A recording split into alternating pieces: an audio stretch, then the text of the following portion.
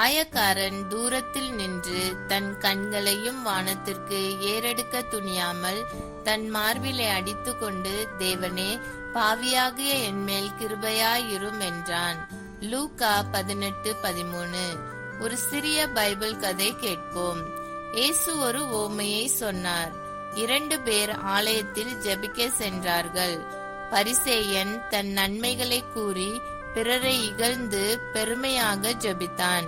ஆனால் ஆயக்காரன் தூரத்தில் நின்று வெட்கத்தோடு தாழ்மையுடன், தேவனே, பாவியான என்மேல் இரக்கமாயிரும் என்று வேண்டினான்.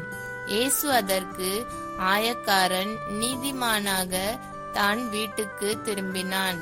ஏனெனில் தன்னை உயர்த்துகிறவன் எவனும் தாழ்த்தப்படுவான், தன்னை தாழ்த்துகிறவன் எவனும் உயர்த்தப்படுவான் என்றார். நாம் எல்லோரும் ஜெபிப்போம். அன்பின் பரலோக பிதாவே, நான் உம்மிடத்தில் அகங்காரத்தோடு அல்ல, தாழ்மையோடு வருகிறேன். நான் பாவியானவன் என்பதை அறிவேன். உமது கிருபை எனக்கு வேண்டும்.